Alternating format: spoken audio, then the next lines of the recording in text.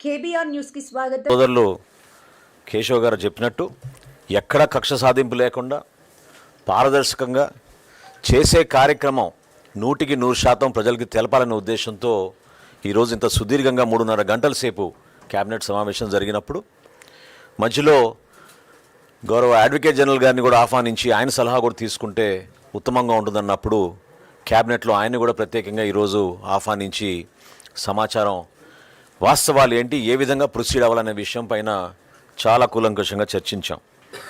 ఎప్పుడైతే NDDB report ఆధారం చేసుకుని జరిగిన వాస్తవాలు మనం కప్పిపుచ్చకుండా నిజాయితీగా ప్రజల్లోకి వెళ్ళాలని ముఖ్యమంత్రి గారు భావించారో, ప్రభుత్వం తరఫున మీ అందరం కూడా కూటమిలో భాగంగా 100% ఏకీభవించి శ్రీవారి భక్తుల మనోభావాలు ఏనాడు కూడా దెబ్బతినకూడదు, వీళ్ళు భక్తుల మనోభావాలతో ఆడుకున్నారనే విషయం తీసుకెళ్ళాం. ఈరోజు క్యాబినెట్లో చర్చకు వచ్చిన అనేక అంశాలు నిజంగా చాలామందిని ఆశ్చర్యపరిచినాయి.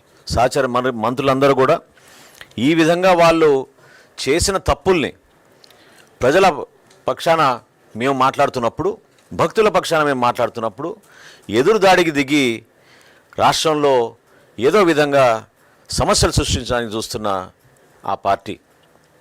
కాబట్టి ప్రభుత్వం నుంచి గౌరవ ముఖ్యమంత్రి గారు, అదేవిధంగా గౌరవ ఉప ముఖ్యమంత్రి గారు చాలా స్పష్టంగా ఈ అంశం పైన కూలంకుషంగా చర్చించి ఫేజ్ బై ఫేజ్ మనం ప్రజల్లోకి ఎట్టి పరిస్థితుల్లో కూడా వీళ్ళు చేసిన ఈ దుర్మార్గాల్ని ఎక్స్పోజ్ చేయాల్సిన బాధ్యత మన పైన ఉంది.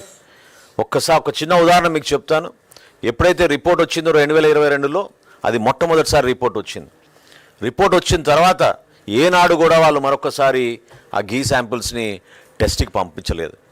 ఎందుకంటే అసలు ఒక చుక్క ఘీ కూడా లేదా ఘీలో చుక్క నెయ్యి కూడా లేని ఆ నెయ్యిని వీళ్ళు ఎవరికి పంపిస్తారు శాంపిల్స్కి?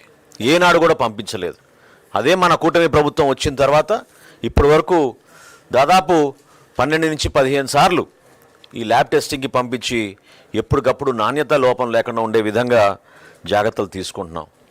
దయచేసి ఈ ప్రయత్నం భక్తులందరికీ కూడా ఏ విధంగా వీళ్ళు మన సెంటిమెంట్స్తో ఆడుకుని ఆ పవిత్రతని కాపాడే విషయంలో ఎంత కాంప్రమైజ్ అయిపోయారో తెలిసే విధంగా మీ అందరం చేస్తున్న ప్రయత్నం, దానికి ప్రతి ఒక్కరూ అర్థం చేసుకుంటారని, అదేవిధంగా రాబోయే రోజుల్లో ఈ పారదర్శకంగా చేసే ఈ ప్రక్రియలో ఎవరు ఎటువంటి తప్పులు చేసినా కూడా కఠినంగా వాళ్ళపైన చర్యలు తీసుకోవాల్సిన అవసరం, బాధ్యత కూడా ఉంది. కాబట్టి రాష్ట్ర కేబినెట్ ఈ రోజున ఆ విధంగా గౌరవ ముఖ్యమంత్రి గారి నేతృత్వంలో ఆ నిర్ణయాలు తీసుకుని ముందుకెళ్ళాం.